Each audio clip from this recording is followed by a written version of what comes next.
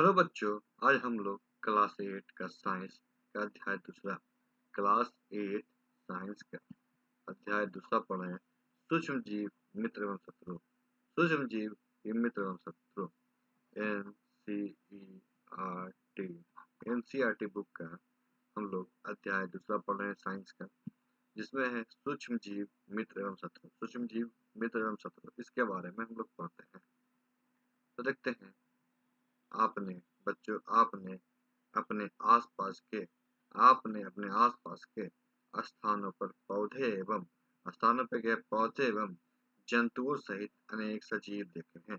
तो बच्चों, आप लोग अपने आसपास क्या क्या पौधे एवं जंतुओं सहित अनेक सजीव देखे हैं, परंतु कुछ जीव ऐसे भी हैं कुछ जीव क्या ऐसे भी हैं जिन्हें हम बिना यंत्र की सहायता से केवल आँख से नहीं देख सकते हैं। मतलब कुछ ऐसे भी जीव हैं जिसे हम सिर्फ आँख से नहीं देख सकते हैं, किसी यंत्र की सहायता से देख सकते हैं। इन्हें इन्हें क्या कहते हैं? सूक्ष्म जीव कहते हैं। इन्हें हम लोग सूक्ष्म जीव कहते हैं। उदाहरण क्या है? उदाहरण के लिए आपने देखा होगा कि वर्षा ऋतु में नम ब्रेड रोटी सड़ने लगती है। वर्षा ऋतु में क्या है, जो ब्रेड नम और रोटी या नम होती है, मतलब गीली होती है, वो क्या होती है? सड़ने लगती है तथा इसकी सतह सफेद काले धब्बे से ढक जाते हैं। जो उसकी सतह होती है क्या होती है? सफेद काले धब्बे से ढक जाती है। इन धब्बों को आवर्धक लेंस की सहायता से देखिए। जो धब्बे हैं जिसे ढक गई है उसे क्या है? आवर्धक लेंस की सहायता से देखिए। आपको काले रंग के गोल सूक्ष्म संरचनाएं दिखाई देगी। काले रंग की क्या है? गोल सूक्ष्म संरचनाएं दिखाई देगी। इन संरचनाओं के बारे में हम देखते हैं। सूक्ष्म जीवी क्या है? कार्यकलाप 2 में 2.1 में बगीचे अथवा मैदान में मैदान में बीकर में थोड़ी सी मिट्टी लीजिए तथा इसमें जल डालिए। मिट्टी के कण बैठ जाने के पश्चात जल की एक स्लाइड को लेकर सूक्ष्मदर्शी की सहायता से इसका परीक्षण कीजिए।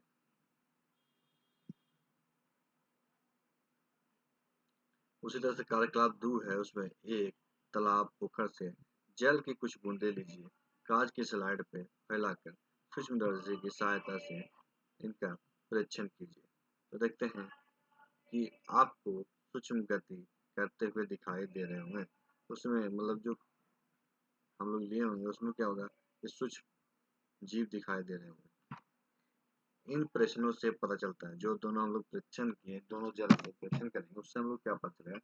इन प्रश्नों से पता चलता है कि मिट्टी एवं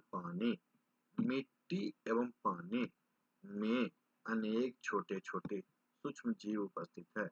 इन प्रश्नों से हमें यह पता चलता है कि मिट्टी एवं पानी में अनेक छोटे छोटे जीव उपस्थित हैं। सूक्ष्म जीव इतने छोटे हैं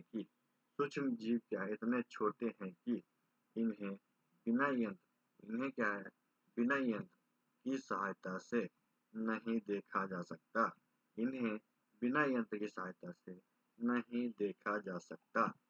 इनमें से कुछ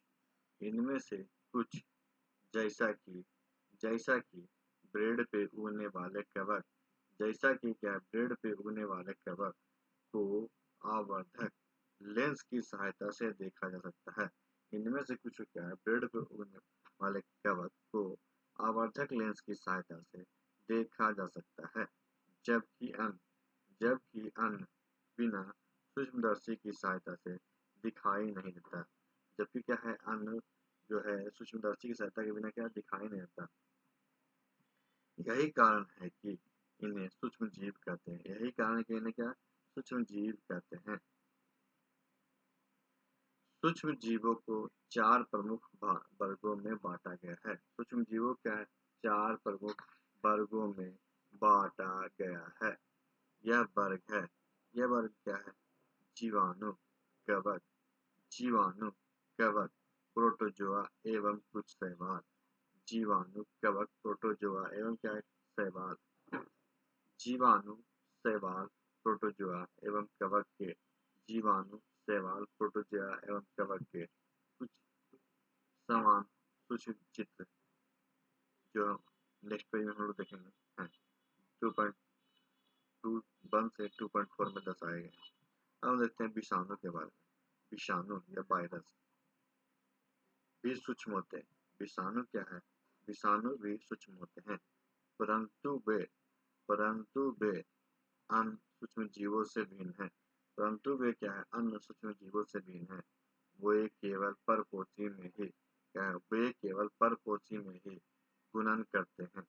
क्या है? गुणन करते हैं। अर्थात जीवाणु पौधे अर्थात क्या? जीवाणु पौधे अथवा जंतु कोशिका, जीवाणु पौधे अथवा क्या? जंतु कोशिका में गुणन करते हैं। अर्थात जंतु कोशिका में क्या? गुणन करते हैं। विषाणु चित्र 2.5 में दर्शाए गए। कुछ सामान्य रोग जैसे कि जुकाम, इन्फ्लुएंजा,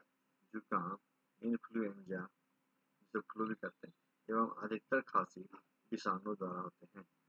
शायद मतलब जुकाम, इन्फ्लुएंजा और खांसी क्या है? विषाणु द्वारा होते हैं। कुछ विशेष रोग जैसे कि पोलियो एवं खसरा भी विषाणु द्वारा होता है। पोलियो एवं खसरा भी क्या है? विषाणु द्वारा होता है। अतिसार एवं मलेरिया प्रोटोजोआ द्वारा होता है। अतिसार एवं क्या है? मलेरिया इसके द्वारा प्रोटोजोआ द्वारा होते हैं। टाइफाइड एवं क्षय रोग जीवाणु द्वारा होने वाले रोग हैं। इसके द्वारा जीवाणु द्वारा होने वाले रोग हैं।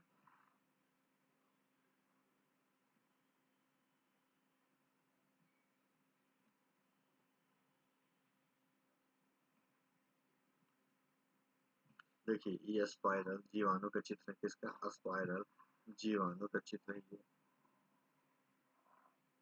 ये क्षारनुमा जीवाणु का चित्र है। क्षारनुमा जीवाणु का चित्र है। फिर देखिए क्लाइमाइडोमोनास का चित्र है।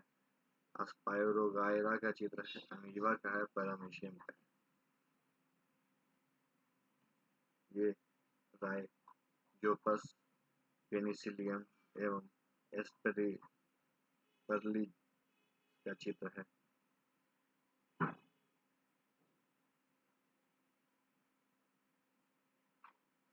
अब देखते हैं सूक्ष्म, ये क्या है? विषाणु का चित्र है। इसका विषाणु का देखते हैं। सूक्ष्म जीव कहाँ रहते हैं? सूक्ष्म जीव कहाँ रहते हैं इसके बारे में हम लोग देखते हैं कि सूक्ष्म जीव कहाँ रहते हैं। सूक्ष्म जीव एक कोशिकीय हो सकते हैं। सूक्ष्म जीव क्या है? एक कोशिकीय हो सकते हैं, जैसा कि जीवाणु, कुछ शैवाल एवं प्रोटोजोआ, अथवा बहुकोशिकीय जैसे कि कई शैवाल एवं कवक। जैसा कि जीवाणु, कुछ शैवाल एवं प्रोटोजोआ अथवा बहुकोशिकीय जैसा कि कई शैवाल एवं कवक। यह बर्फीले क्या? शीत से उष्ण स्रोतों तक हर प्रकार की परिस्थितियों में जीवित रह सकते हैं। ये बर्फीले, शीत, उष्ण स्रोतों में हर तरह की परिस्थितियों में जीवित रह सकते हैं। यह मरुस्थल एवं दलदल में भी पाए जाते हैं। ये क्या है? मरुस्थल एवं दलदल में भी पाए जाते हैं। यह मनुष्य सहित सभी जीवों के शरीर के अंदर भी पाए जाते हैं। ये मनुष्य सहित क्या है? सभी जितने भी जीव है उसके शरीर के अंदर पाए जाते हैं। कुछ सूक्ष्म जीव दूसरे सजीवों पे आश्रित हैं। कुछ सूक्ष्म जीव क्या है? दूसरे सजीवों पे आश्रित हैं, जबकि कुछ अन्य स्वतंत्र रूप में पाए जाते हैं। जबकि कुछ अन्य क्या है? स्वतंत्र रूप में पाए जाते हैं।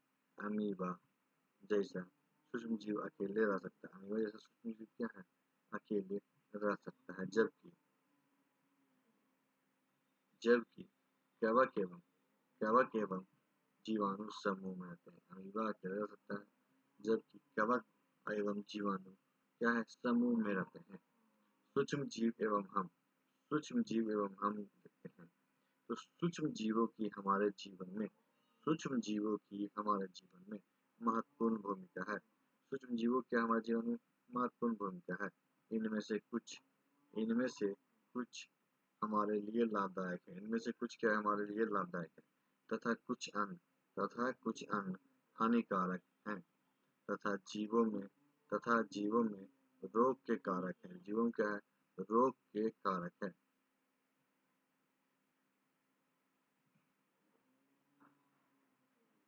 हम देखते हैं मित्रवत सूक्ष्म जीव। क्या है, मित्रवत सूक्ष्म जीव। सूक्ष्म जीव विभिन्न कार्यों में उपयोग किए जाते हैं। सूक्ष्म जीव क्या है, विभिन्न कार्यों में उपयोग किए जाते हैं। उनका उपयोग दही, ब्रेड एवं केक बनाने में किया जाता है। सूक्ष्म जीव का उपयोग कहाँ, दही, ब्रेड एवं केक बनाने में किया जाता है। प्राचीन काल से ही सूक्ष्म जीवों का उपयोग एल्कोहल सूक्ष्म जीवों का उपयोग क्या है, एल्कोहल बनाने में किया जाता है। किसके बनाने में, एल्कोहल बनाने में किया जाता है। पर्यावरण को स्वस्थ रखने के लिए भी इनका उपयोग किया जाता है। पर्यावरण क्या है, स्वच्छ रखने के लिए भी इनका उपयोग किया जाता है।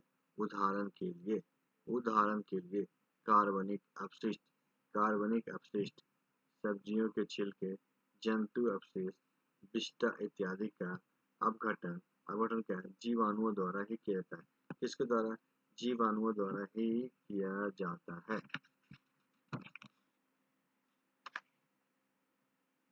तथा हानि रहित पदार्थ बनाते हैं। तथा क्या है, हानि रहित पदार्थ बनाते हैं। स्मरण कीजिए, जीवाणुओं का उपयोग औषधि उत्पादन औषधि उत्पादन एवं कृषि में मृदा की उर्वरता वृद्धि के लिए किया जाता है। इसे नाइट्रोजन स्थिरीकरण होता है। इसे क्या है, नाइट्रोजन स्थिरीकरण होता है। तो आज की वीडियो में समाप्त करते हैं। वीडियो को लाइक कीजिएगा, दोस्तों का शेयर कीजिएगा और हमारे चैनल को सब्सक्राइब कीजिएगा। वीडियो देखने के लिए आपका धन्यवाद।